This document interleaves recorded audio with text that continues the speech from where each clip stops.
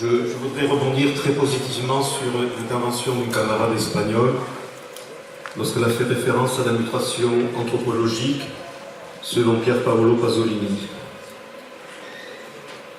Il s'agit ce matin ici beaucoup du monde du travail.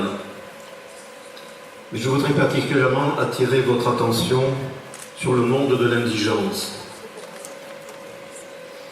Car cette dimension, à mon avis, n'apparaît pas assez dans nos travaux comme centralité.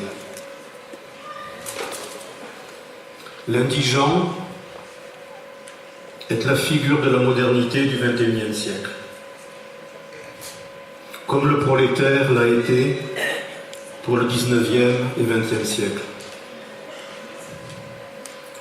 L'indigent est celui pour qui la survie précède la vie. La condition indigente est la condition humaine. Elle renvoie à la détresse première, celle dont parle Sigmund Freud. Il y a 3 milliards d'indigents dans le monde et 10 millions en France. Le prolétaire a conquis des droits, des organisations, une conscience de classe. L'indigence, elle, n'a pas de représentation politique. Elle est vouée à elle-même et aux associations humanitaires. Alors évidemment, on se bat pour des droits sociaux, mais il n'y a pas d'issue, selon moi, sans une alliance politique entre l'indigence et le prolétaire. Si l'indigent est devenu prolétaire depuis le XVIIIe siècle, aujourd'hui le prolétaire rebascule dans l'indigence. Et cette révolution anthropologique a des conséquences humaines et sociales tout à fait considérables. La question de l'indigence ne doit pas être traitée comme un résidu de la politique, mais comme sa centralité. Voilà ce que je veux dire ce matin.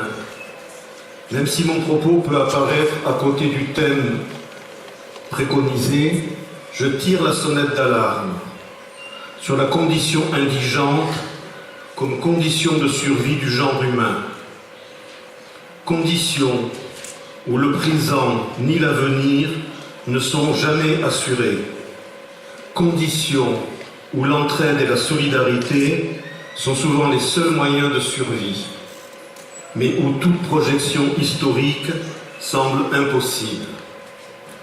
Il n'y a pas de sortie de crise en dehors de cette alliance cruciale entre le prolétaire et l'indigent.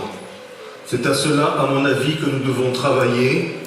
Encore fallait-il nommer les choses et construire une alternative à partir d'un projet anthropologique où le sujet humain, dans sa détresse absolue, doit être mis au centre de toutes les décisions politiques.